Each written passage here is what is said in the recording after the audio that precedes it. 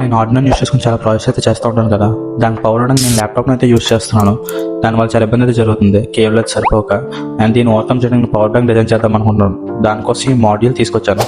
ఇది ఒక power bank model. దీన్ని C టైప్ ఛార్జర్తో ఛార్జ్ చేయొచ్చు. అండ్ దీని నుంచి మనకు 5 volts అవుట్పుట్ అయితే వస్తుంది. కానీ దీని కనెక్షన్స్ ఎలా చేయాలో చూద్దాం. దీనికోసం నేను 2 బ్యాటరీస్ అయితే తీసుకున్నాను. ఈచ్ 3.1 volts అవుట్పుట్ ఇస్తుంది. ఈ 2 బ్యాటరీస్ ఎప్పుడు మనం ప్యారలల్ కనెక్ట్ చేయాలి, సిరీస్లో కనెక్ట్ చేయకూడదు. వాళ్ళు సిరీస్లో కనెక్ట్ చేస్తే మన మాడ్యూల్ అనేది డ్యామేజ్ అయ్యే ఛాన్స్ ఉంది.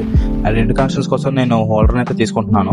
ఈ హోల్డర్ని ఆల్రెడీ ప్యారలల్ కనెక్షన్ చేశాను. అంటే పాజిటివ్ సైన్ ఒక సైడ్, నెగిటివ్ సైన్ ఒక సైడ్ కలిపేలాగా 2 బ్యాటరీస్ అయితే ప్లేస్ చేసేది అందులోని.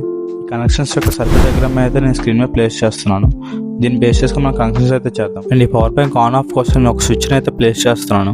మీరు ఇంకో విషయం అయితే గుర్తుపెట్టుకోవాలి, మనం ఎన్ని బ్యాటరీస్ కనెక్ట్ చేసినా అన్ని ప్యారలల్ కనెక్ట్ చేయాలి, సిరీస్లో కనెక్ట్ చేయకూడదు. వాళ్ళు సిరీస్లో కనెక్ట్ చేస్తే మన మాడ్యూల్ వెంటనే బర్న్ అయిపోద్ది. సో ఫైనల్లీ మన పవర్ బ్యాంక్ అయితే రెడీ అయింది. ఇప్పుడు దీన్ని టెస్ట్ చేద్దాం. చూసారు కదా, మన పవర్ బ్యాంక్ అయితే ప్రాపర్గా వర్క్ అవుతుంది.